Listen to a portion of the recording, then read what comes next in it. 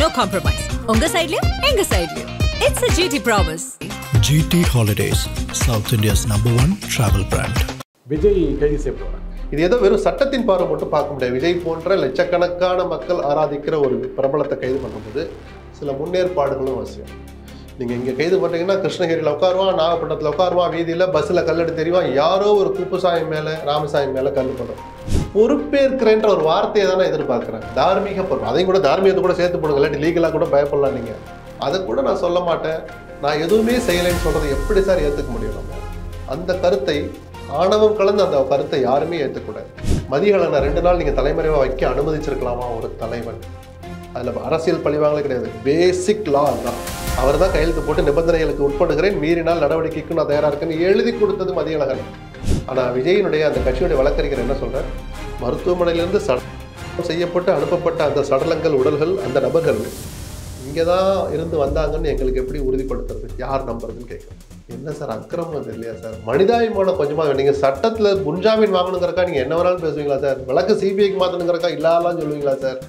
இப்போ அவ்வளோ செருப்பு கணக்கு காலி பாட்டில், தண்ணி பாட்டில் எத்தனை இருக்குன்னு செந்தில் பாலாஜி கேட்டார்ல, அந்த கருத்தில் ஒரு நியாயம் இருக்கா இல்லையா? எத்தனை பாட்டில் கடந்துருக்கணும்? நீங்கள் தண்ணி அவ்வளோ தூரம் கொடுத்தீங்கன்னா டேங்கர் வைக்க இடம் இல்லை, அந்த எண்ணமே உங்களுக்கு வரல. தண்ணி பாட்டில் கொடுத்து எத்தனை பாட்டில் எல்லாம் அப்படியே அந்த உயிர் பயத்தில் அப்படி பாட்டில் காலி பாட்டில் எடுத்துகிட்டு போய் வீட்டில் வச்சு எண்ணெய் ஊற்றி வைக்கணும் கூட, அதுக்கு இந்த பாட்டில் பயன்படுத்த எடுத்துகிட்டு போயிருப்பேன். செருப்பை கழட்டிட்டு போகிற பாட்டில் தூக்குவானா சார்? எத்தனை பாட்டில் சார் எனக்கு கிடைச்சு? 50க்கும் மேற்பட்ட உலக நாடுகளில் 100 கோடிக்கும் அதிகமான ஆகாயம் தமிழ் பார்வையாளர்களுக்கு பேரன்பும் திருநன்றி. வணக்கம் ஆகாயம் நண்பர்களே. விஜய் கைது செய்யப்படுவாரா? இது திமுகவுக்கு சாதகமா பாதகமா? விஜய் பாஜக கூட்டணி வர சாத்தியம் இருக்கிறதா? இதை பற்றி பேசுவதற்காக பத்திரிகையாளர் திரு SP லக்ஷ்மணன் நம்முடன் இணைகிறார். வணக்கம் திரு லக்ஷ்மணன். வணக்கம். விஜய் கைது செய்யப்படுவாரா? இல்லை, அது யாருடைய ஆசையும் அல்ல, நோக்கமும் அல்ல. சட்டத்தின் பார்வையில் ஒரு விஷயத்தை எப்படி அணுகணுமோ அப்படி அணுகுங்க. யாருடைய அனுமதிக்காகவும் காத்திருக்காதீங்க, நீதிமன்றத்தின் தீர்ப்புகளுக்காகவும் அறிவுரைக்காகவும் கூட காத்திருக்காதீங்க அப்படிங்கிறதான் நீதிபதி நேற்று சுட்டி காமிச்சிருக்கிறார்.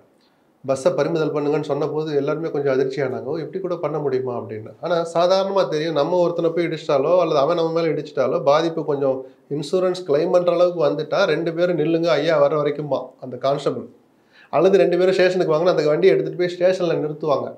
பறிமுதல் சம்பந்தப்பட்ட வாகனம் பறிமுதல் செய்யப்படுங்கிறது தான் அதனுடைய லீகல் டேர்மு. அப்புறம் காம்ப்ரமைஸ் ஆக்கிவாங்க. இப்போ இன்சூரன்ஸ்காரன் வந்து ஃபோட்டோ எடுத்துட்டா 2 நாள் எடுத்துகிட்டு வந்துடலாங்கிறது வேறு. அந்த ப்ரொசீஜருக்கு முதல்ல ஒத்துழைக்கணும். இதை நீங்கள் செஞ்சீங்களா அப்படின்னு கேட்குறாரு. சட்டத்தின் பார்வையில் அவர் ஒரு கேள்வி கேட்குறார்.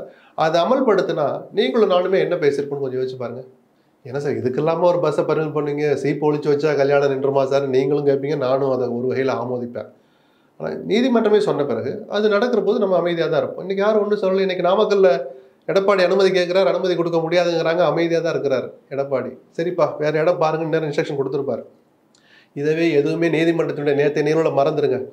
இன்றைக்கி இந்த ஸ்டாலின் தலைமையிலான அரசு எடப்பாடிக்கு அப்படி ஒரு இன்ஸ்ட்ரக்ஷன் கொடுத்தா எடப்பாடி நேரம் 4 ட்வீட் போட்டிருப்பார், 2 அறிக்கை விட்டுருப்பார். திமுக அரசு பழி வாங்குகிறது, எனக்கு கூடுகிற கூட்டத்தை பார்த்து அவர்களுக்கு வயிற்றெரிச்சல், அறிக்கை விட்டுருப்பாரா மாட்டாரா? அதனால தான் சொன்னேன், நேற்றுக்கு நீதிபதி செந்தில்குமார் வெளியிட்ட கருத்துக்கள், அவர் அளித்த தீர்ப்பு ஏதோ தமிழ்நாடு அரசு திமுக அரசுக்கு கொட்டு வச்சதாகவோ தாவேக்கா என்கிற ஒரு கட்சிக்கு சொல்லப்பட்ட அறிவுரையாகவோ கண்டிப்பாகவோ நான் பார்க்கல. இந்த சமூகத்துக்கு செய்த ஒரு நல்லது, ஒட்டுமொத்த அரசியல் கட்சிகளுக்கும் ஒரு தார்மீக பொறுப்பையும் ஒரு தார்மீக பயத்தையும் ஏற்படுத்தியிருக்கிறாருங்கிற முறையில் மிக முழுமையாக அந்த தீர்ப்பை வரவேற்கணும் தான் சொல்லுவேன். மாறாக அவர் வீட்டில் கல்யாணம் நடந்துச்சு, முதலமைச்சர் கலந்துக்கிட்டாரு அப்படின்லாம் சொல்லி அதை கொச்சைப்படுத்த முயல்வது அது சட்டவிரோதம் மட்டுமல்ல, முதிர்ச்சியற்ற செயலும் கூட. அப்படின்னா அவர் என்ன தப்பு பண்ணாருன்னு சொல்லுங்கள், தீர்ப்பில் இருக்க தவறுகளை சுட்டி காட்டுங்க. இன்னும் உங்களுக்கு ஃபோரம் இருக்குது, அப்பீலுக்கு போங்க, இந்த ஜட்ஜ்மெண்ட்டையே செட்டசைட் பண்ணுங்கள், இவர் சொன்ன கருத்துக்களை திரும்ப பெறணும்னு சொல்லுங்கள். அவர் ஓரல்லாக சொன்ன விஷயங்கள்லாம் தீர்ப்பில் இல்லை, அது வேறு விஷயம். பட் அவரும் மனுஷர் தானே, நீதிபதிகளும் மனிதர்கள் தானே. இல்லை அவங்க எதுவும் வேறு எதுலையா செஞ்சவங்களா, உலோகத்தாலானவர்களா? அவர்களுக்கும் இதயம் இருக்குது, அவர்களுக்கும் பிள்ளை குட்டி இருக்குது. நம்ம பிள்ளை அந்த இடத்துல இருந்திருந்தா என்ன துடிச்சிருப்போன்னு ஒருத்தரும் தங்களை பொருத்தி பார்த்து தான் இப்போ எல்லாம் விஷயங்களை அணுக ஆரம்பிக்கிறாங்க. முழுக்க முழுக்க சட்டம் மட்டும்தான் எங்களுக்குன்னு யாரும் சும்மா இப்படிலாம் பார்த்துக்கிறது இல்லை.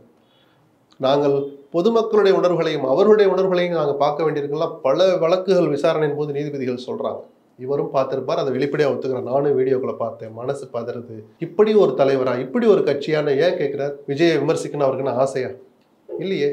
அவர் வெளியிட்ட வீடியோவில் இந்த நிகழ்வுக்கு நான் தார்மீக பொறுப்பேற்கிறேன்னு ஒரு வரி சொல்லியிருந்தா நிஜமாவே நீதிமன்றம் இவ்வளவு கடுமையாக போயிருந்திருக்காது. அக்கௌண்டபிலிட்டி ஏற்றுக்கலன்னா என்ன தலைவன், தலைமை பண்பே இல்லைன்னு நீதிபதி சொல்கிறான்னு என்ன விஜய்க்கு அவர் எதிரியா? வாய்க்கா தகராறா, இல்லை சொத்து தகராறா, இல்லை பொண்ணு கொடுத்து பொண்ணு எடுக்கிறல தகராறா?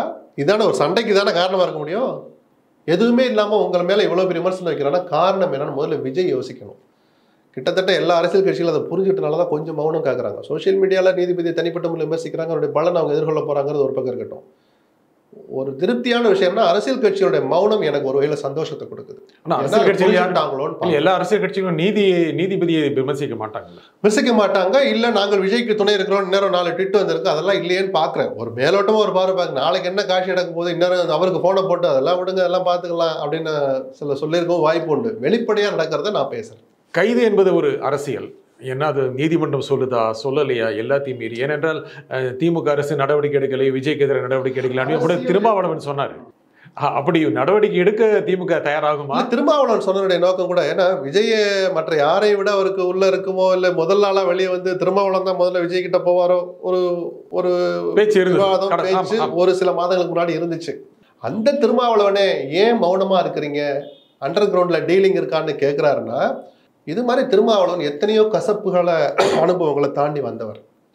எங்களை என்ன பாடுபடுத்துனீங்க, எங்களை என்ன பாடுபடுத்துறீங்க, அப்போ எனக்கு ஒரு நீதி அவருக்கு ஒரு நீதியான்னு கேட்பாரா மாட்டாரா? திருமாவளவன் எத்தனை போலீஸ் அடக்குமுறைகளை அல்லது போலீஸ் அத்துமீறல்களை அல்லது போலீஸ் அறிவுரைகளை கேட்டவர், பணிஞ்சு போனவர், திமிரி எழுந்தவர். சில நேரங்களில் எல்லாத்தையும் அவர் அனுபவிச்சார். திமிரி எழுந்தார்னு அவருடைய விளைவுகள் தெரிஞ்சோ அதை சமாளித்தார். அறிவுரையை கேட்டு பக்குவம் வந்துடுச்சு, அறிவுரையை கேட்டு அமைதியாக நாங்களும் ஒரு காலத்தில் இப்படி தான் இருந்தோன்னு ஒரு 10 நாள் முன்னாடி ஒரு பேட்டி கொடுத்தாரு. நாங்களும் ஒரு காலத்தில் இப்படிலாம் போலீஸ் விமர்சித்தவங்க தான். இந்த சம்பவத்துக்கு பிறகு தான் அந்த ஆட்களை போய் பாதிக்கப்பட்டவங்களை பார்த்துட்டு பேட்டி கொடுக்குறார். நாங்களும் ஒரு காலத்தில் போலீஸை எல்லாம் கடுமையாக விமர்சித்தவங்க தான், எங்களுக்கு விட்டன கட்டுப்பாடு விதிக்கிறீங்களா, அதில் இருக்கிற யதார்த்தங்களை புரிஞ்சுக்கிட்டு நாங்கள் பக்குவப்பட்டுட்டோம்னு சொன்னார். அதைத்தான் அந்த பக்குவம் என்ன இவருக்கு வரலையே, இத்தனை லட்சம் பேருடைய செல்வாக்கை ஈர்த்திருக்கிற விஜய்க்கு வரலையேன்னு தான் அவருடைய ஆதங்கமே தவிர விஜய் ஜெயிலில் தரணும்னு திருமாவளவனுக்கு தனிப்பட்ட ஆசையா இல்லை. ஆனால் இது ஏதோ வெறும் சட்டத்தின் பார்வை மட்டும் பார்க்க முடியாது. விஜய் போன்ற லட்சக்கணக்கான மக்கள் ஆராதிக்கிற ஒரு பிரபலத்தை கைது பண்ணுற போது சில முன்னேற்பாடுகளும் அவசியம். நீங்கள் இங்கே கைது பண்ணுறீங்கன்னா கிருஷ்ணகிரியில் உட்காருவான், நாகப்பட்டினத்தில் உட்காருவான், வீதியில் பஸ்ஸில் கல்லெடு தெரிவான், யாரோ ஒரு குப்புசாமி மேலே ராமசாமி மேலே கல்லுப்படும். இது நடக்காம பார்த்துக்கிற ஒரு முன்னேற்பாடுகளை பண்ணிட்டு தான் அந்த இடத்துக்கு போவாங்க. இந்த அரசியல் என்ன, இதில் அரசியல் நடக்குமா? ஏன்னா நீங்கள் சொன்ன மாதிரி விஜய்க்கு எதிராக நடவடிக்கை எடுக்கப்பட்டால் உடனுக்குடன் அவருக்கு சார்பாகவும் எதிராகவும் அமைப்பில் வரும் தான். இப்போ நீதிமன்றமே அதற்கான கைகள் கட்டப்பட்டிருந்தால் அந்த கைகளை அவுத்து விட்ட பிறகு நீங்கள் மென்மையா நடந்துக்கிறீங்கன்னு திருமாவளவன் தோழமையை தாண்டி சொன்னதை தாண்டி சட்ட ரீதியாக நீதிபதியை சுட்டிக்காட்டிய பிறகும் ஸ்டாலின் மென்மையாக இருந்தால் அவருடைய தலைமையும் விமர்சிக்கப்படும். அதனால அதை யோசிச்சு தான் முடிவெடுப்போம். சட்டப்படி நாங்கள் நடப்போம் அப்படின்னு ஸ்டாலின் இன்னைக்கு கூட சொல்லி, ரைட். அதை என்ன செய்யறோம், முதல்ல எஃப்ஐஆர்ல பேரை சேர்க்கட்டும், அதான ஃபர்ஸ்ட் ஸ்டெப். கைது 2வது தானே. முதல்ல எஃப்ஐஆர்ல விஜய் பேரை சேர்க்கறது தான் ஃபர்ஸ்ட் ஸ்டெப். சேர்க்குறாங்களான்னு பார்ப்போம். அதெல்லாம் ஒரு பொருட்டே இல்லை சார். நான் ஒன்று சொல்லட்டுமா, அப்படியே நீங்கள் போட்டாலும் அது ட்ரையல் நடந்து கன்விக்ஷனோ அல்லது விடுதலை நடக்கிறதுக்கு சில பல ஆண்டுகள் ஆகலாம். ஆனால் விஜய் என்கிற தனி மனிதருக்கு பல லட்சம் பேரை ஈர்க்க தகுதியுள்ள ஈர்க்கிற வல்லமை படைத்த விஜய் போன்ற ஒரு பிரபலம் தன்னை முதல்ல சுய பரிசோதனை பண்ணணும் சார். நாம எங்க ஒமிஷன் பண்ணோம்? கமிஷன் ஒன்றும் பெருசாக அவர் பண்ணலை. லேட்டாக போனதே வந்து ஒரு கமிட்மெண்ட் இல்லைன்னு ஒரு மாதிரி சொல்லலாமே தவிர அவர் என்ன குத்துனாரா இல்லை இவர் 4 பேர் மேலே ஏறி மிதிச்சு ஏதாவது பண்ணாரா? இல்லையே. விஜய் குற்றவாளின்னு யாருமே சொல்லலையே சார். பொறுப்பேற்கிறேன்ற ஒரு வார்த்தையை தானே எதிர்பார்க்குறாங்க. தார்மீக பொறுப்பு, அதையும் கூட தார்மீகத்தை கூட சேர்த்து போடுங்க, இல்லாட்டி லீகலாக கூட பயப்படலாம். நீங்கள் அதை கூட நான் சொல்ல மாட்டேன், நான் எதுவுமே செய்யலைன்னு சொல்கிறத எப்படி சார் ஏற்றுக்க முடியும்? நம்ம அந்த கருத்தை ஆணவம் கலந்து அந்த கருத்தை யாருமே ஏற்றுக்கூடாது. ஆனால் அந்த மாதிரி ஒரு அரசியலுக்கு எதிர்கொள்ள திமுக தயாராகுமா? முக்கியமாக விஜய்க்கு எதிராக நடவடிக்கை எடுத்தால் அது அவருக்கு சாதகமாக போகணும், திமுக எதிராக. நீங்கள் அரசியல் கணக்கை திமுக போடலாம், தமிழ்நாடு அரசு போடக்கூடாது. வித்தியாசம் புரியுதா? ஆனால் திமுக தான் முக்கியம். அதான் நான் சொல்கிறேன். அப்போ நம்ம ஒரு வில் பவர் வேணும். பொலிட்டிக்கல் வில் பவர் இருக்கிறவர் தான் முதலமைச்சராக உட்கார முடியும். எல்லா முடிவுகளையுமே வில் பவர் தேவையில்லை. சட்டத்தின் நடுவில் பார்த்துங்கப்பா, பிரச்சனை வராமல் பார்த்துங்கப்பா அப்படின்னு சொல்லிட்டு போகலாம். எல்லாத்தையும் அப்படி கடந்து போக முடியாது. நீங்கள் முடிவெடுத்து அதிகாரிகளுக்கு இன்ஸ்ட்ரக்ஷன் பண்ணுற சூழல் வரும். இந்த வழக்கம் அப்படிதான். ஸ்டாலினுக்கு அந்த வில் பவர் இருக்கான்னு நம்ம பொறுத்திருந்து பார்ப்போம். முக்கியமாக அமைச்சர்கிட்ட கேட்கும்போது, துரைமுருகன்கிட்ட கேட்கும்போதும் இல்லை நாங்கள் கைது அவசியம் தான் கைது செய்வோம், பண்ணாமல் விடுவோம், அதுக்கு ஒன்றும் அவசியம் கிடையாது இப்படிலாம் சொல்கிறாங்க. அது இல்லை, அதனால தான் முதல்ல எஃப்ஐஆரை போடணும். விஜய் ஏபி கேட்டு போகட்டும். அதில் நீதிபதி என்ன பார்வை பார்க்குறான்னு கூட காத்திருக்கலாம். நீங்கள் உடனே கைது பண்ணி தான் ஆகணுங்கிறது இதெல்லாம் பரபரப்புக்காக செய்கிற விஷயம் இல்லை. கொஞ்சம் மனிதாபிமானம் இருக்கணும்னு எதிர்பார்க்குறோம். முதல்ல மனித உணர்வு இருக்கணும், ஹியூமானிட்டி இருக்கணும்னு நம்ம எதிர்பார்க்குறோம் சார். அப்போ தானே சார் என்னை ஆள தகுதி உங்களுக்கு வரும். என்னை ஆளணும்னு நினைக்கிறீங்க, நான் என்னுடைய குறைஞ்சபட்ச எதிர்பார்ப்பை நீங்கள் பூர்த்தி பண்ண மாட்டீங்களா? உங்களுக்கு நான் இருக்கிறேன்ற வார்த்தை வரலையே. நான் இருக்கிறப்பா சரி, எனக்கு எஃப்ஐஆரில் பேரில் புசியானது உங்கள் பேரில் எஃப்ஐஆர் இருந்தாலும் பரவாயில்ல, அவன் நம்ம பையன் இறந்துட்டான் பாருங்கள், நிர்வாகி ஒருத்தர் இறந்துட்டான், அவனுடைய மயானம் வரைக்கும் போங்க, அடக்கம் பண்ணுறது கூட இருங்க, போலீஸ் பிடிச்சா பிடிக்கட்டும், நான் நல்லா லாயர் வைக்கிறேன், பெயிலில் நான் எடுக்கிறேன், அதை சொல்லியிருக்கணும் சார். சரி, அவருக்கு வயசாகிடுச்சுப்பா, சுகர் இருக்குது, ப்ரெஷர் இருக்குப்பா, நிர்மல்குமார் நீங்கள் போய் சரணடைங்க சொல்லியிருக்கணும்ல சார். மதியழனை 2 நாள் நீங்கள் தலைமறைவாக வைக்க அனுமதிச்சிருக்கலாமா ஒரு தலைவன்? அதில் அரசியல் பழிவாங்களே கிடையாது, பேசிக் லா அதுதான். அவர் தான் கையெழுத்து போட்டு நிபந்தனைகளுக்கு உட்படுகிறேன், மீறினால் நடவடிக்கைக்கு நான் தயாராக இருக்கேன்னு எழுதி கொடுத்தது மதியழகன். இல்லை ஸ்டாலினோட அவருக்குன்னு அரசியல் விரோதமா? இல்லை மதியழகன் பெரிய மக்கள் தலைவரா? நக்கல் பண்ணலை, நான் யதார்த்தத்தை பேசுகிறேன். அவர் யாருன்னு முகம் கூட இன்னைக்கு எனக்கு தெரியாது. லீகல் டேர்ம் அது, லீகல் அக்கௌண்டபிலிட்டி. நான் இந்த மாதிரி பொறுப்படுத்துக்கிறேன் எழுதுனா அவர் தான் ஏவன்னா போடுவாங்க. மதியழகன் போய் வேடசந்தூருக்குலாம் போவாதே, கரூர்லேயே இருங்க, வீட்லேயே இருங்க, நான் போலீஸ் வர சொல்கிறேன். அவன் தான் சார் தலைவன். பெயில நான் எடுக்கிறேன், எவ்வளோ பெரிய வைக்கல் நான் வச்சுக்கிறேன், செலவு பற்றியில் கவலைப்படாதீங்க சொல்லியிருக்கணும்ல. 2 நாள் தலைமுறை வச்சுட்டு என்னையே கூப்பிட்டுக்கங்க, என் ஆட்கள் மேலே கை வைக்கணும். சினிமாவா? கூலி வரைக்கும் கேட்டு கேட்டு சலிச்சு போச்சு அந்த சினிமா வசனத்தை. அந்த பிள்ளையை விட்டுரு, நான் வர்றேன். அதில் கூட வில்லன் சில படத்தில் கேள்வி கேட்பாங்க, நான் ஒன்னே தான், நீ தான் எனக்கு வேணும் அப்படிமா, நக்கலாக பேசுகிறோம். இந்த புரிதல் கூட விஜய்க்கு வேணாமா சார்? முதல்ல இந்த சினிமாங்கிற மாய வலையிலேருந்து விஜய் வெளியில் வரணும் சார். மற்றபடி அவரை முடக்கி போடணும், இனிமேல் அவர் ஊருக்குள்ள விடாதுன்னு சொல்ல, தன்னை திருத்தி கொள்ளாமல் விஜய் வந்தால் ஊருக்குள்ள விடக்கூடாதுங்கிறேன் நான். ஏன்னா விஜய் நம்மளை பிரச்சாரம் பண்ணுற தகுதி கூட விஜய்க்கு கிடையாது. குறைஞ்சபட்சம் ஒரு மனுஷன் தன்னை சுயபரிசோதனை பண்ணிக்கலைன்னா சரி, நீங்கள் தார்மீக பொறுப்புங்கிற தாண்டி வந்துட்டார். அந்த டைமும் கடந்து போச்சு. எல்லா ஏற்பாடும் ஒழுங்காக இருந்தால் அந்த ஊருக்கு வருவேன். முதல்ல விஜய் அந்த கண்டிஷனை முதல்ல அந்த மாவட்ட செயலருக்கு போடணும். தண்ணி வசதி செஞ்சுட்டியா? நிழல் கொஞ்சம் ஒதுங்கிறதுக்கு நிழல் இருக்கா? அவசரத்துக்கு ஆம்புலன்ஸ் ரெடியாக நிற்குதா? ஆக்சசிபிளாக இருக்கா? இந்த 3 கேள்வியை கேட்டுட்டாவது விஜய் வரணுங்கிற நான். இதை கேட்காம நான் வருவேன் யாரும் தடுக்கூடாதுன்னா விஜய் ஊருக்குள்ளே விடக்கூடாதுன்னு நான்.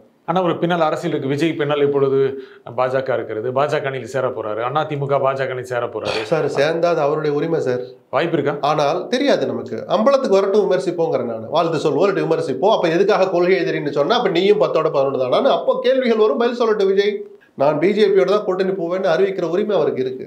முடிவெடுத்த பிறகு விமர்சிக்கிற உரிமை, பார்க்குற பார்வைக்கு அந்த உரிமை நமக்கு இருக்கு. அப்போ நம்ம பேசுவோம்னு சொல்றேன். இப்போ சரி வருமா, ஜெயிப்பாங்களா மாட்டா, இப்போ பேச வேண்டான்றது என்னுடைய கருத்து. இந்த சூழலை அவருக்கு வேற பிஜேபி பயன்படுத்திக்க பார்க்குது. இந்த சூழலை பிஜேபி பயன்படுத்திக்க எல்லாம் ஓடோடி வந்து அந்த எம்பிக்கள் குழு அனுப்பிச்சதை பார்த்தா திமுகவுக்கு எதிராக அந்த பிரச்சனை எடுத்துட்டு போகணுங்கிறது பொலிட்டிக்கல் பார்வை ரைட்டு செய்யறாங்க. அதை விஜய்க்கு சாதகமாக எடுத்துட்டு போகணும். விஜய் என்ன பண்ணா 12 to அல்லது 3 to 10 3 to 8ன்னு கொடுத்துருக்காரு. அண்ணாமலை உடனே வந்து கொடுத்தாரா?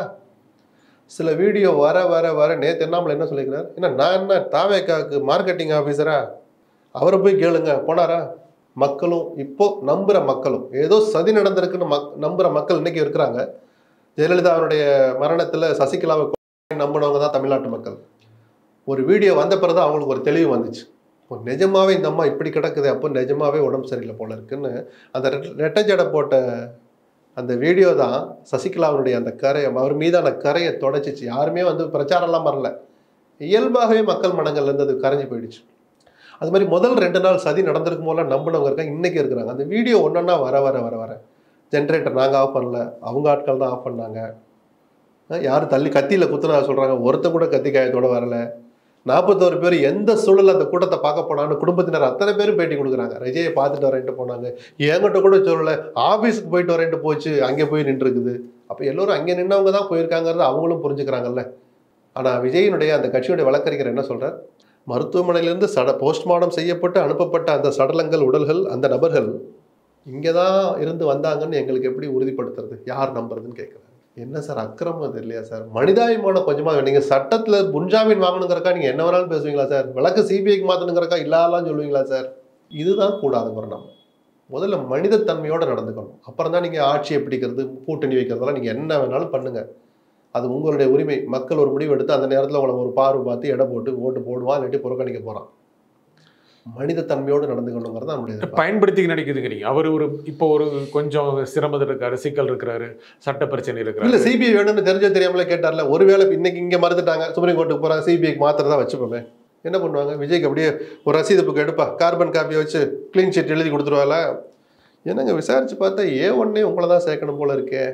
இதனுடைய தொடக்க புள்ளி நீங்கள் லேட்டாக கிளம்புனதான்னு தெரியுதே. நீங்கள் அப்படி லேட்டாக கிளம்புனீங்க, முன்னேற்பாடுகள் ஒன்றுமே பண்ணாத மாதிரி இருக்கே. அவங்க இல்லாத கொக்கியவே பல விதங்களில் மாற்ற ஆட்கள் பிஜேபியினர். இங்கே இத்தனை கொக்கி இருக்குது, எவ்வளோ சுலபமாக மாட்டுவாங்க. அப்போ விஜய் தாங்கள் நினைக்கிற இடத்துக்கு வர வைக்கிறேன். யாரோ இதில் போகிற போக்குலாம் சொல்லலை. கடந்த 4 ஆண்டுகள் 5 ஆண்டுகால பிஜேபியினுடைய நடவடிக்கைகளை பார்த்துட்டு நம்ம சொல்கிறோம். அரசியல் ஆதாயத்திற்காக, தங்களுடைய பொலிட்டிக்கல் தேவையை பூர்த்தி பண்ணணுங்கிறதுக்காக எதிர்கட்சிகளை தங்கள் வழிக்கு வர வைக்கணும்னு நினைக்கிறவங்களை எப்படிலாம் டீல் பண்ணான்னு பார்த்துட்டு தான் இதை சொல்கிறோம். விஜய் அதையும் தான் அனுபவிக்கட்டுமே. அரசியலில் அதுவும் ஒரு சாப்டர் தானே, கற்றுக்கிட்டு வரட்டும். அதுக்கான வாய்ப்பு இருக்கா? மறுக்க முடியாது. அரசியலில் வெக்கங்கட்டது தானே சார் அரசியல். ஆனால் தனியாக போய் ஒரு மிகப்பெரிய சக்தியாக வரணும் திமுக. இதெல்லாம் அப்புறம் நம்ம தானே யூகங்களில் பேசிட்டு இருந்தோம். அந்த அரசியலை கூட்டணி கணக்குகளை பேசுகிற நேரம் இது வரல. முதல்ல விஜய் தன்னை திருத்திக்கிறதுக்கு ஒரு பிரீத்திங் டைம் கொடுக்கணும்னு ஆசைப்படுறேன். அரசியல் கணக்கில் ஒரு திரைமறைவில் போடட்டும். துணிச்சல் இருந்தால் இப்போ போடுற நேரில் வந்து அம்பலப்படுத்தணும். முதல்ல அவர் தன்னை முதல்ல சுயபரிசோதனை திருத்திக்கணும் கூட நான் சொல்லலை. சுயபரிசோதனை பண்ணுங்க. நம்ம செஞ்சது சரிதானா? அந்த வீடியோ வெளியிட்ட 2 வார்த்தை சேர்த்து சொல்லியிருக்கலாமோ? நீங்கள் சொல்லிட்டு சார், நான் தார்மீக பொறுப்பே இருக்கிறேன், ஆனாலும் இந்த சம்பவத்தில் ஒரு சதி இருக்கிறதா நான் சந்தேகப்படுறேன். கரூர் மக்களும் சந்தேகப்படுகிறார்கள். நேரம் வரும்போது அம்பலத்துக்கு வரும், நாமளும் அந்த உண்மைகளை வெளிக்கொண்டு வருவோம். சேர்த்து சொல்லுங்களேன். உங்களை யார் செந்தில் பாலாஜி எதுவும் சொல்லிடாதீங்க, திமுக கிட்டே வராது, யாரும் சொல்லலையே. சேர்த்து கூட சொல்ல மனசு இல்லைன்னா நீங்கள் யார்? உங்கள் நோக்கம் என்ன? கேள்வி வரும்ல. ஆனால் அது அரசியல் படத்தை தானே விஜய் நினைப்பார். அரசியல் அது அரசியலாக முன்போக தானே செய்வார் சார். அப்போ நீங்கள் எல்லாத்தையும் அரசியல் பார்வை தான் பார்ப்பீங்கன்னா உங்ககிட்ட என்ன சார் மாற்று இருக்குது சொல்லுங்கள். அப்போ எல்லாரும் 10ஓட 11 தான் அரசியல் வேணா உங்களுக்கு என்ன புதுசாக வந்து ஆளுறதுக்கு என்ன தகுதி இருக்குது? ஒன்று ஸ்டாலின் ஆளட்டும், இல்லாட்டி ஏற்கனவே ஆண்டு எடப்பாடி ஆண்டு போட்டுமே. உங்களுக்கு இங்கே என்ன வேலை? இந்த 2 பேரும் இல்லாமல் நான் சில தகுதிகளோடு இருக்கிறேன், எனக்கு சில திட்டங்கள் இருக்குன்னு நீங்கள் வர்றீங்க. கடைசி அந்த 2 பேரோட மோசமாக நீங்கள் நடந்துக்கிறேன். அந்த 2 பேரும் ஓடோடி போனாங்க நைட்டோட நைட்டாக. விடிய காலத்தில் எடப்பாடி, நைட்டோட நைட்டாக ஸ்டாலின் போகிறார். நீங்கள் அன்னைக்கு போவேனா, அடுத்த நாள் போவேனா. அதன் பிறகு உங்கள் கட்சிக்காரனை கூட அனுப்பணுங்கிற அந்த புத்தி கூட உங்களுக்கு வரலைன்னா நீங்கள் யார்? ஆனால் அடுத்த அரசியல் அவருக்கு பிரகாசமாக தானே இருக்கும். சார் பிரகாசமாக இருட்டாலாம் நம்ம அப்படி நினைக்க வேண்டாம் சார். முதல்ல இங்கே அரசியல் களமாட தொடர்ந்து நீங்கள் விரும்புனீங்கன்னா நீங்கள் என்ன செய்யணுங்கிற அந்த பாயிண்ட்ல தான் நான் முதல்ல நிற்கிறேன். உங்களை யாரும் தடுக்கல, தடுக்க முடியாது, தடுக்கணும்னு திமுகவை நினைக்கக்கூடாது. நினைச்சா ஜனநாயக விரோதம் மட்டுமல்ல, அது சட்ட விரோதமும் கூட. ஆனால் அடுத்த ஒரு புறமணி நீங்கள் என்ன முன்னேற்பாடு பண்ணணும் முதல்ல விஜய் மனசு திறந்து பேசணும் சார். என்ன பேசணும்? நான் இங்கே என்ன ஏற்பாடு பண்ணியிருக்கிறேன், பாதுகாப்பு ஏற்பாடுகள், சாலையில் நின்று நான் பேச மாட்டேன்னு சொல்லிட்டேன், ஒரு திடலை ஏற்பாடு பண்ணியிருக்கேன், அடுத்து ராணிப்பேட்டைக்கு தான் வர்றேன். அவங்கள பீதி காக்கலை. ஒரு உதாரணத்துக்கு ராணிப்பேட்டைன்னு வந்துருச்சு எனக்கு.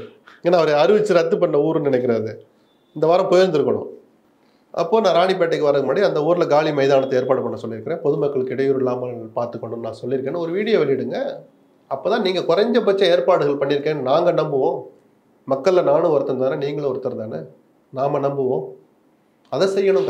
அடுத்து அவர் எப்படி கூட்டங்கள் நடத்த போறாரு, எந்த மாதிரி சூழ்நிலை சார் நம்ம அவ்வளவு மெனக்கடணும், எப்படி நடத்துறான்னு பாப்போமே சார். இப்ப நீங்க சொன்னீங்க இப்போ ஆமா இதெல்லாம் பண்ணட்டுங்கிற நான். இப்ப மாவட்ட செயலாளர் ஒரு பீதியில இருப்பான்.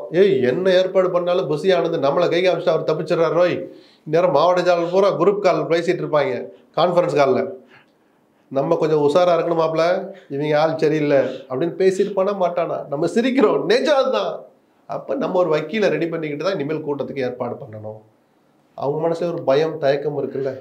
இதை விஜய் சொல்கிறேன், அதான் சொன்னேன். விஜய் என்ன நடக்குது, அதோட இம்பேக்ட் என்ன, இது வெளியே தெரிஞ்சால் என்ன ஆகும், எதை எங்கே சொல்லணும், இந்த புரிதலே அவருக்கு என்ன வரலை. எல்லாமே ஒரே நாளில் எல்லாருக்கும் வந்துடணும்னு நான் நினைக்கல. நான் ஒரு தலைவனாக இருக்கிறவங்களுக்கு நம்மை விட கொஞ்சம் கூடுதலாக சில கேரக்டர்ஸ் இருக்கணும்னு நம்ம எதிர்பார்க்குறோம். எனக்கு இருக்கிற தகுதியை விட அவர் கொஞ்சம் அதிகமாக இருக்கணும்னு நான் எதிர்பார்ப்பேன். அப்போ நான் அவரை தலைவராக பார்ப்பேன். ஏற்றுக்கிறது ரெண்டாவது, தலைவராக பார்க்கறது கூட அவருக்கு என்ன விட கொஞ்சம் கூடுதல் தகுதி வேணும்ல. நம்மை விட கூடியிருப்பவர் கூட இருக்கவங்க மேல போடப்படுகின்ற அந்த சில பிரகஸ்பதிகள் தான் இவரை தவறா வழி நடத்துறாங்க. இந்த வழக்குகள் இது எல்லாமே கட்சியை முடக்க சதி நடக்கிறது. அதெல்லாம் இந்த காதல வாங்கி இந்த காதல விட்டுறணும். ஒரு கேள்வி அளவுக்கு கூட அதுக்கெல்லாம் நம்ம முக்கியத்துவம் மக்கள்கிட்ட அந்த மாதிரி என்ன வர சொல்லட்டும். மக்கள் நம்பினா போயிட்டு போகட்டும். சட்டத்துல கோர்ட்ல போய் சொல்லுங்களேன், எங்களை முடக்கிற சதிக்கு நீங்களும் துணை போகிறீர்களா மயிலாடு அப்படின்னு போய் கேட்கட்டும். துணிச்சல் இருந்தா மக்களுக்கு அந்த மாதிரி என்ன வர வாய்ப்பு இருக்கு. மக்களுக்கு என்ன இப்பவே பாதி பேர் மேல நம்புறாங்கல்ல, ஏதோ சதி நடந்திருக்குமோ, கரூர்ல நடக்குது, ஆமா விஜய் சொன்னது சரிதானு நினைக்கிறாங்கல்ல. அந்த விஜய் என்னவெல்லாம் பண்ணினார், பண்ண தவறான்னு அடுத்தடுத்து எடை போடும் போது தான் மக்களும் சில தெளிவுக்கு வருவாங்க. விஜயை அம்பலப்படுத்துங்கன்னு நான் சொல்லலை, விஜய் மேல தப்பே இல்லைங்கிறதும் இன்னும் தெளிவாகட்டுங்கிற. நான் எடுத்த உடனே ஒரு முடிவுக்கு வராதிங்க. உள்ள போய் விபத்துங்கிறீங்க, அதுக்கு நான் எப்படி பொறுப்பாக முடிங்கிறேன். இங்கே சதி நடந்துச்சுங்கிறீங்க. யாரை சார் ஏமாத்த நினைக்கிறீங்க? உலகம் ரொம்ப சின்னது சார். ஒருத்தன் கையிலையும் உள்ளங்கைக்கும் வந்துருச்சு சார் சோசியல் மீடியா. நீங்கள் என்ன போடுறீங்க, என்ன ஒரு புள்ளி வைக்கலையா, இப்போ 2 புள்ளி வச்சுட்டீங்களான்ற வரைக்கும் அவன் ஃபாலோ பண்ணுறான் சார். ஸோ அங்கே ஒன்று சொன்ன வெளியே தெரியாது, அந்த அறிவழகன் சொன்னார், எனக்கு சிரிக்கிறதா அழுகிறான்னு தெரியல, நாங்கள் சில வாதங்களை வச்சோம், அதை நாங்கள் அதெல்லாம் தீர்ப்பு வந்த பிறகு சொல்கிறோம் அப்படிங்கிறாரு. அதுதான் வரிக்கு வரி வெளியே வந்துருச்சு, நீங்கள் என்ன சொல்கிறது? அதை சொல்ல நான் கிண்டல் பண்ணலை. அவங்களுக்கும் இந்த அனுபவங்கள் தேவை தான். அதுலேருந்து பாடம் எல்லாருக்கும் எல்லா அனுபவமும் உடனே கிடைச்சிடாது சார். நல்லது கெட்டது எல்லாம் தான் வரும். எடுத்துக்கிறத எடுத்துக்கணும், அதிகப்படுத்தணும், ஒழிக்க வேண்டியது அழிக்க வேண்டிய விஷயங்களை கைவிட வேண்டிய விஷயங்களை கைவிடணும். நாங்கள் எதுவுமே பண்ண மாட்டோம், எங்களை யாரும் எதுவும் பண்ணாதீங்க, நாங்கள் அப்பளு கட்டுறவங்க நீங்களாவே சர்டிஃபிகேட் கொடுத்துக்கிறதா. நான் அவங்க முழுக்க அப்படி சொல்லலை. வேற என்ன சார் சொன்னாங்க? நான் அவர்கள் கொடுத்த இடத்தில் பேசியதை தவிர நான் எந்த தவறும் செய்யலைன்னு சொல்கிறாரு. அது உண்மையான்னு நீங்கள் சொல்லுங்கள். நீங்கள் லேட்டாக போகலையா? சரி, லேட்டாக போனது ஒரு பெரிய குற்றம் கிடையாது. நம்ம போகிறதுக்கு ஒரு 5 மணி நேரம் லேட் ஆகுது, ஏதாவது ஏற்பாடு பண்ணுங்கன்னு சொன்னீங்களா? யாருக்கிட்ட சொன்னீங்க? அவன் செஞ்சானா செய்யலையான்னு யாரை செக் பண்ண சொன்னீங்க? கடைசி வரைக்கும் செய்யலைங்கிறதுக்கு தான் தார்மீக பொறுப்பேற்றுக்கிறேன்னு சொன்னோம். புரியுதுங்களா? எப்போ அவ்வளோ செருப்பு கடைக்கு காலி பாட்டில், தண்ணி பாட்டில் எத்தனை இருக்குன்னு செந்தில் பாலாஜி கேட்டார்ல, அந்த கருத்தில் ஒரு நியாயம் இருக்கா இல்லையா? எத்தனை பாட்டில் கடந்திருக்கணும்? நீங்கள் தண்ணி அவ்வளோ தூரம் கொடுத்தீங்கன்னா டேங்கர் வைக்க இடம் இல்லை, அந்த எண்ணமே உங்களுக்கு வரல. தண்ணி பாட்டில் கொடுத்து எத்தனை பாட்டில் எல்லாம் அப்படியே அந்த உயிர் பயத்தில் அப்படி பாட்டில் காலி பாட்டில் எடுத்துகிட்டு போய் வீட்டில் வச்சு எண்ணெய் ஊற்றி வைக்கணும் முடாய், அதுக்கு இந்த பாட்டில் பயன்படுன்னு எடுத்துகிட்டு போயிருப்பேன். செருப்பை கழட்டிட்டு போகிற பாட்டில் தூக்குவானா சார்? எத்தனை பாட்டில் சார் எனக்கு கிடைச்சு?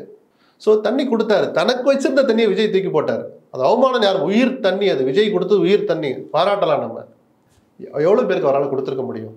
அப்படி கொடுத்துட்டு இருக்கும்போது என்ன நடந்துச்சுன்னு தெரியல. அவர் பேசிகிட்டு இருக்கும்போதே சிபிஆர் ப்ரொசீஜர் பண்ணிட்டு இருக்காங்க சார், நெஞ்சை போட்டு அழுத்துறாங்க சார். ஏதோ மாரடைப்பில் விழுந்தானா, மயங்கி விழுந்தானான்னு யாருக்குமே தெரியாது. டீஹைட்ரேஷனில் விழுந்தானா, அவனா டாக்டரா இல்லை, சரி ஏதோ வீடியோவில் பார்த்துருக்கோம், நெஞ்சை பிடிச்சி அமுக்கும், மூச்சு வந்தால் வரட்டும், இது பண்ணிக்கிட்டு இருக்கிறாங்க. சில போலீஸார் நிற்கிறாங்க இங்கே. விஜய் மேலே இருந்து பார்த்தா சிலது தெரியாது நமக்கு.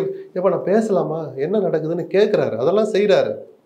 இவ்வளோ நடந்துச்சு, அப்போ ஏதோ நடந்திருக்குன்னு அவருக்கும் ஒரு மனசாட்சி உறுத்த வேண்டாமா? அந்த காலத்து எம்ஜிஆர் 2 எம்ஜிஆர் இருப்பாங்க. ஒரு எம்ஜிஆர் நார்மலாக இருப்பார், இன்னொரு எம்ஜிஆர் எப்படி இருப்பார், மாறு வேஷம் போட்ட எம்ஜிஆர் எப்படி இருப்பார், ஒரே ஒரு பட்டு மட்டும் வச்சிருப்பாரு. மாறு வேஷத்தில் வராரா, கண்டுபிடிக்க முடியாதா? ஜென்ரேட்டர் ரூம்குள்ள நுழைஞ்சவங்களாம் யார் சார்? அந்த மரத்தில் ஏறுறானே, ஒரு கூரையை பிச்சுக்கிட்டு மேலே வர்றானே, அவங்களாம் யார் சார்? திராவிட முன்னேற்ற கழகத்தின் இளைஞர் அணி அடலேர்களா? விஜயை பார்க்கணும்னு அந்த கூட்டம் சார். அதை யாராவது மறுக்க முடியுமா சொல்லுங்கள்? அதை மறுத்து அதை நம்பலாமா நம்ம? ஸோ அந்த தொண்டர்களுக்கு, அந்த ரசிகர்களுக்கு கட்டுப்பாட்டை கற்றுக் கொடுக்கணும். அவர்கள் அரசியல் அறிவு கலந்த தொண்டர்களை அவங்கள மாற்றணும்னு இதை நோக்கி தான் விஜய் இனிமேல் பயணிக்கணும். அதனால் சொன்னதையே சொல்லிட்டு இருக்காம, ஆதாரமற்ற குற்றச்சாட்டுகளை சொல்லாமல், அல்லது எல்லா அரசியல்வாதிகளும் செய்கிற மாதிரி நீங்கள் பழியை தூக்கி யார் மேலே போட்டு நீங்கள் எஸ்கேப் ஆகணும்னு நினச்சிங்கன்னா உங்களுடைய அரசியல் இங்கே எடுபடக்கூடாது. இந்த நிகழ்ச்சியின் கருத்தை குறிப்பிட்ட லட்சுமணன், மிக்க நன்றி. நன்றி. மீண்டும் ஒரு நிகழ்ச்சி சந்திப்போம். நன்றி, வணக்கம். No compromise. உங்க சைடுலயும் எங்க சைடுலயும். It's a GT promise. GT Holidays, South India's #1 travel brand.